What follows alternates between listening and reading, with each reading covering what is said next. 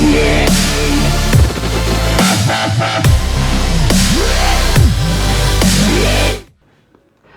Students, आज का ये जो वीडियो होने वाला है ये class 12 book R D Sharma chapter 5 algebra of matrices का लेक्चर 27 का वीडियो होने वाला है। और आज हम यहाँ पे टॉपिक जो डिस्कस करेंगे वो है level 2 type 1 questions on multiplication of matrices, जो कि आर डी शर्मा का पेज नंबर 5.35 पर है।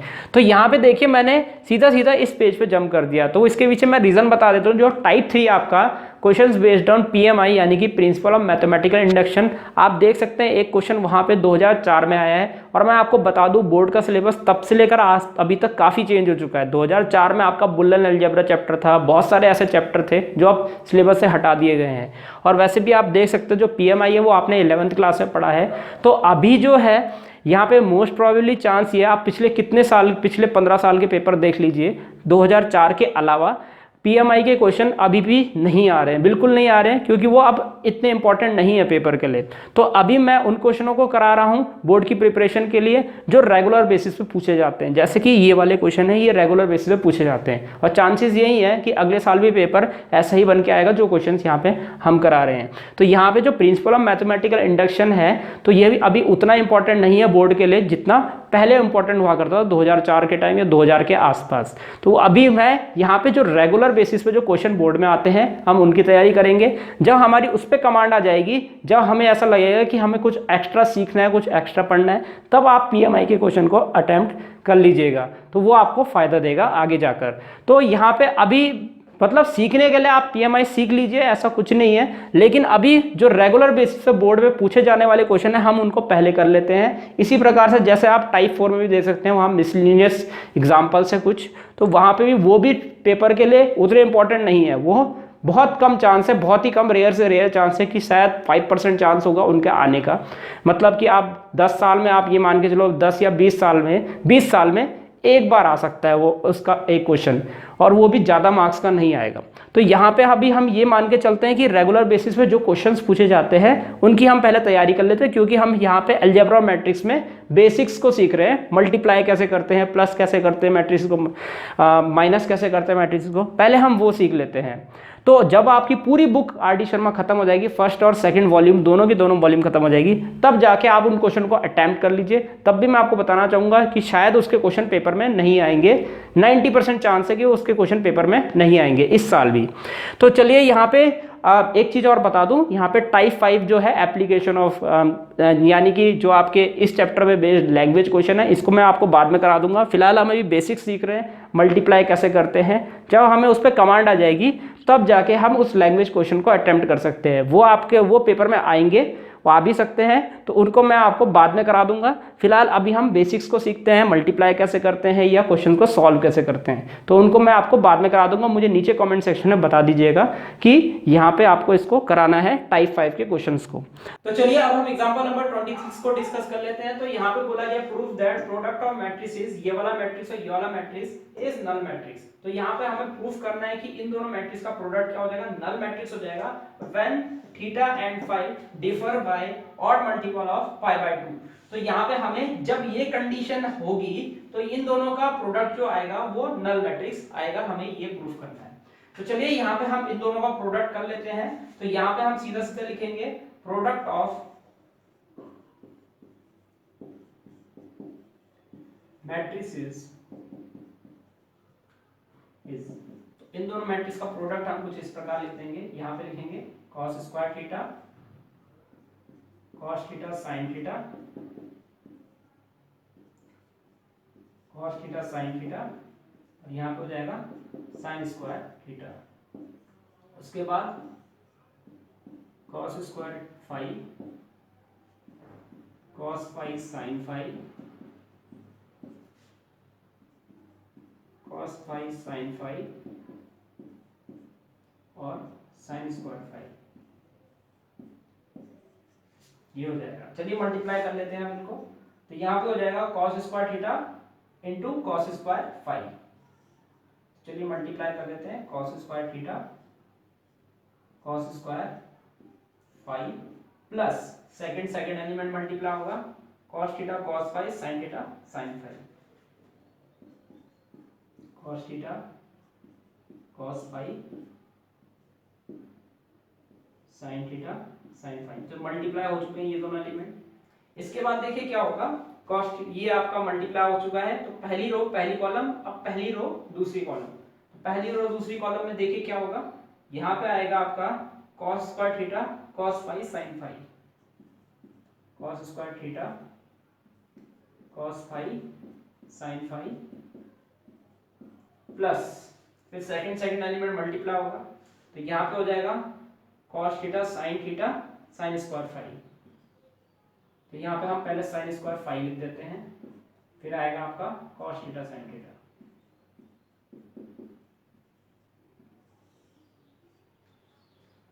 तो चलिए यहाँ पे अब हम सेकंड रो में आते हैं, तो सेकंड रो फर्स्ट कॉलम, तो यहाँ पे इसका मल्टीप्लाई इसके साथ होगा, तो यहाँ पे हो जाएगा आपका cos theta sine theta cos square phi, plus second element multiply होगा यहाँ पे, तो ये हो जाएगा sine square theta cos phi sine phi, ये हो जाएगा। और इसके बाद सेकंड रो सेकंड कॉलम, तो यहाँ पे ये हो जाएगा cos theta sine theta cos phi sine phi, यानी कि cos theta cos phi, cos theta cos phi लिख देते हैं हम पहले, और फिर साइन थीटा साइन फाई लिख देते हैं,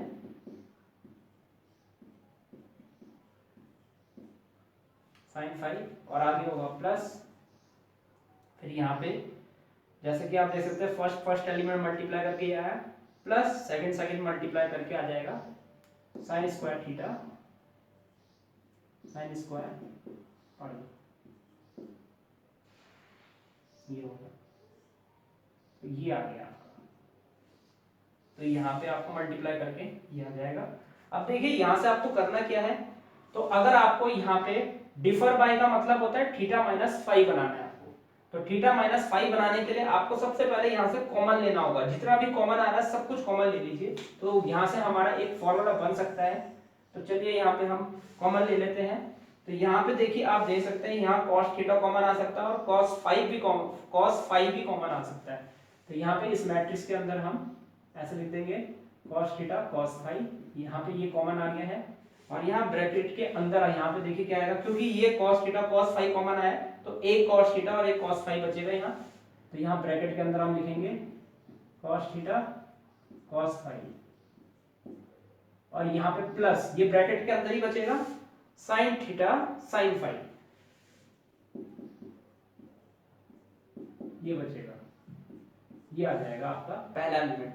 यहां से भी आप कॉमन ले सकते हैं, तो यहाँ पे आपका cos स्क्वायर थीटा है, यहाँ पे cos थीटा है, तो यहाँ से एक cos थीटा हम कॉमन ले सकते हैं, तो यहाँ से cos थीटा हमने एक cos थीटा कॉमन लिया, और यहाँ पे आप साइन फाई भी कॉमन ले सकते हैं, तो साइन फाई मैंने कॉमन ले लिया। देखिए ब्रैकेट के अंदर क्या बचेगा, एक साइन फाई हमने कॉमन ले लिया, तो यहाँ पे बचेगा आपका एक cos थीटा बचेगा, तो यहाँ पे एक cos थीटा बचा, और यहाँ पे cos फाई बचा, तो यहाँ पे हमने cos फाई लिख दिया, और यहाँ पे हो जाएगा आगे एक साइन थीटा और एक साइन फाई बचेगा, तो plus sine theta sine phi, कुछ इस प्रकार बचेगा। तो यहाँ पे भी जो ब्रैकेट में बचा है वो यहाँ पे भी ब्रैकेट में बचा है, ब्रैकेट के अंदर। तो चलिए यहाँ पे अब हम यहाँ से भी कॉमन लेते हैं, तो यहाँ पे आ जाएगा आपका साइन थीटा कॉमन आएगा, और यहाँ पे cos फाई कॉमन आएगा, साइन थीटा cos फाई, तो यहाँ पे हम लिख देते हैं sine theta cos phi common, तो यहाँ पे sine theta cos phi common, तो यहाँ cos थीटा cos फाई बचेगा, cos थीटा cos फाई, तो यहाँ पे हम लिखेंगे प्लस, उसके आगे प्लस है, और यहाँ पे आएगा एक साइन थीटा बचेगा और एक साइन फाई बचेगा, तो साइन थीटा साइन फाई, यहाँ पे ब्रैकेट क्लोज। इसके बाद देखिए यहाँ पे क्या होगा, यहाँ पे भी आपका साइन थीटा है, यहाँ पे भी आपका साइन थीटा है, और यहाँ पे साइन फाई है, तो यहाँ पे भी साइन फाई है, तो ये आपको कॉमन ले लेंगे आप, यहाँ पे sine theta sine phi common लिया आपने, तो यहाँ से बचेगा आपका cos थीटा cos फाई, तो यहाँ पे आप इसको नीचे ब्रैकेट में लिख देते हैं, इनटू में ही है ये इसी के साथ, तो cos theta cos phi plus sine theta sine phi,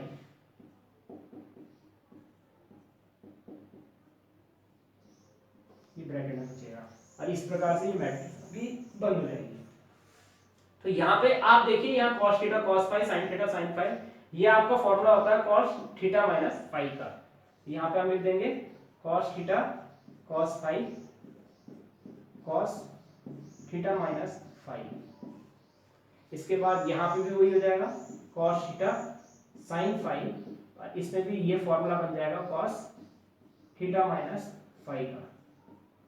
ये भी फॉर्मूला वही होगा, ये हो जाएगा sin थीटा cos फाई, और ये जो फॉर्मूला है ये है cos थीटा माइनस फाई का, और ये भी फॉर्मूला आपका, तो यहाँ पे हो जाएगा sin थीटा sin फाई, इसको तो ब्रैकेट के बाहर का एज इट इज लिख दिया, तो यहाँ हो जाएगा cos थीटा माइनस फाई, और ये मैट्रिक्स आपकी बन हो जाएगी। तो हर जगह आपका cos थीटा माइनस फाई आ रहा है सारे एलिमेंटों में।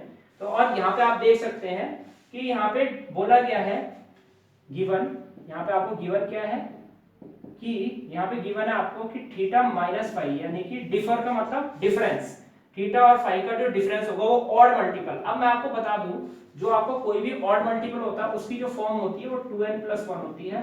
ऑड मल्टीपल ऑफ किसका, पाई बाय 2 का, तो odd multiple of pi by 2 इस प्रकार से लिखा जाता है। आप n की वैल्यू 1 पुट करके ले सकते हैं, ये 3π/2 आएगा, n की वैल्यू 2 पुट करेंगे तो 5π/2 आएगा, n की वैल्यू 0 पुट कीजिए तो यहाँ पे π/2 आएगा। तो हर बार आपका ऑड π/2 आ रहा है यहाँ पे, तो क्योंकि ये फॉर्म आपकी ऑड की होती है तो आपको ये याद रखना पड़ेगा।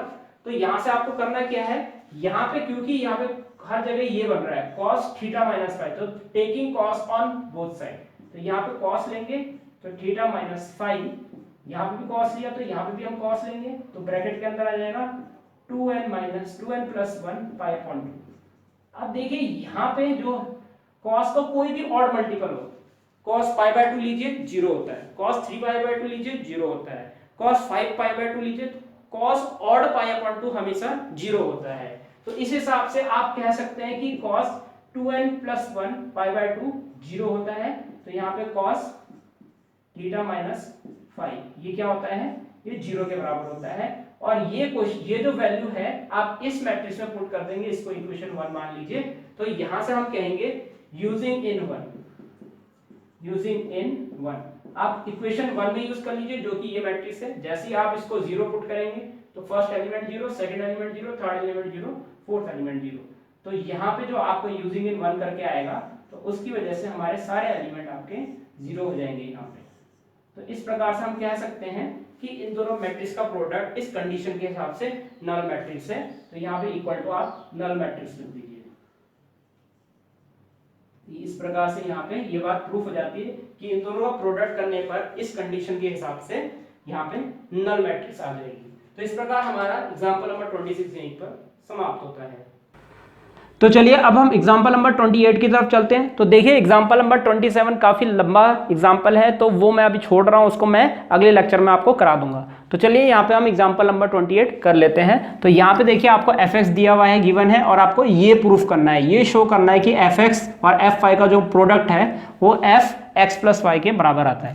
तो चलिए जो गिवन है हम उसको लिख देते हैं, fx = यहाँ पे हमें दे रखा है cos x, नीचे sin x, यहाँ माइनस साइन एक्स है और नीचे cos x है, बाकी यहाँ पे 0 0 है, यहाँ 1 है, इसके ऊपर आपके 2 0 हैं।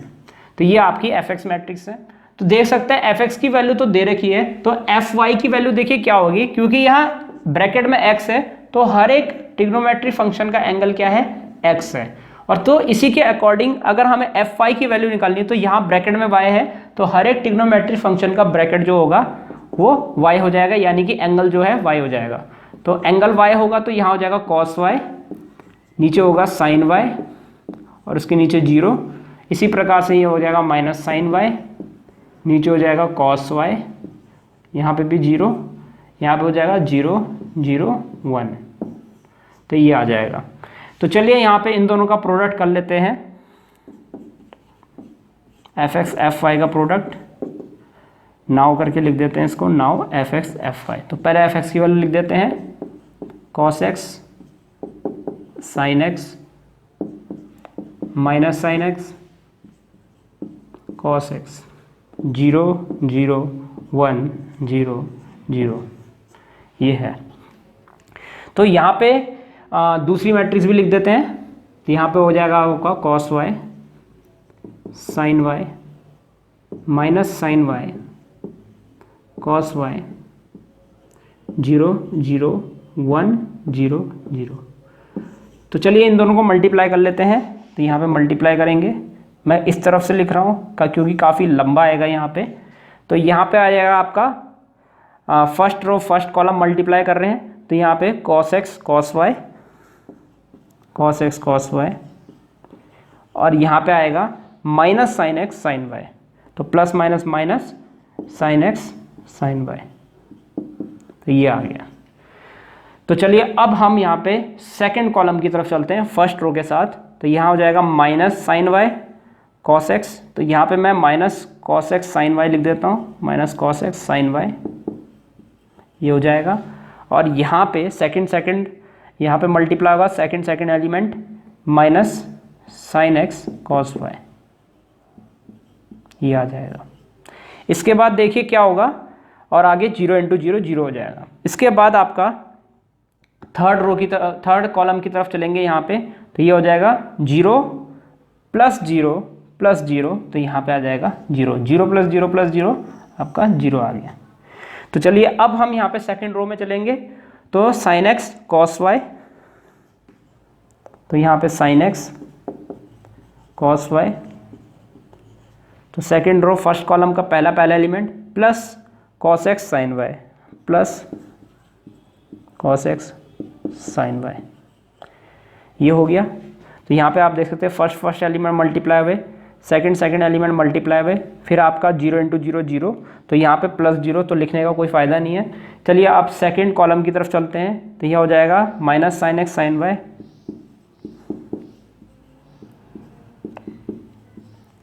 Minus sine x sine y plus cos x cos y, ये हो जाएगा। और आगे 0 × 0 0 हो जाएगा। चलिए अब हम यहाँ पे थर्ड वाले कॉलम की तरफ चलते हैं। 0 + 0 + 0 इज़ 0। तो यहाँ पे आ जाएगा। चलिए अब यहाँ पे हम थर्ड रो की तरफ चलते हैं। तो यहाँ आ जाएगा 0 + 0 + 0। तो यहाँ पे 0 आ जाएगा। 0 + 0 + 0 0। यहाँ पे भी सेकंड कॉलम की तरफ चलते हैं। तो 0 + 0 + 0। तो यहाँ पे भी 0 आ जाएगा। थर्ड कॉलम की तरफ 0 + 0 + 1। तो यहाँ पे 1 आ जाएगा। 0 + 0 + 1 आपका 1 आ गया। अब यहाँ पे आपको करना क्या है, आप यहाँ पे देखिए, आप यहाँ पे माइनस कॉमन ले सकते हैं। इस तरीके से माइनस कॉमन लेके आप यहाँ पे इसको ब्रैकेट में बंद करेंगे तो यहाँ प्लस हो जाएगा। अब देखिए गौर से देखिए, यहाँ पे हम क्या करेंगे, इसको मैं थोड़ा ऊपर लिख देता हूँ। तो यहाँ से देखिए हम क्या करेंगे, बहुत आसान सा यहाँ पे काम है हमारा। तो यहाँ से हमने क्या करना है, आप गौर से देखिए, cos x cos y minus sine x sine y, ये आपका फॉर्मूला है cos x + y का। तो यहाँ पे हम इस मैट्रिक्स को लिख सकते हैं, fx fy को हम यहाँ से लिख सकते हैं cos x + y, इसको। और इसी प्रकार से हम यहाँ पे माइनस कॉमन हमने बाहर ले रखा है, तो यहाँ पे माइनस आएगा। और यहाँ पे ये है आपका, यहाँ पे देख सकते हैं। तो यहाँ पे देखिए, यहाँ से पढ़िए sine x cos y plus cos x sine y. तो अगर आप यहाँ से पढ़ेंगे sine x cos y plus cos x sine y, तो ये साइन एक्स प्लस वाई का फॉर्मूला है। तो क्योंकि साइन एक्स प्लस वाई के फॉर्मूले में पहले साइन एक्स, फिर आता था cos y plus cos x sine y आता था, क्योंकि ब्रैकेट के अंदर है, माइनस आपका ब्रैकेट से बाहर है। तो जब किसी टर्म के आगे कुछ साइन नहीं होता तो वो प्लस में होता है।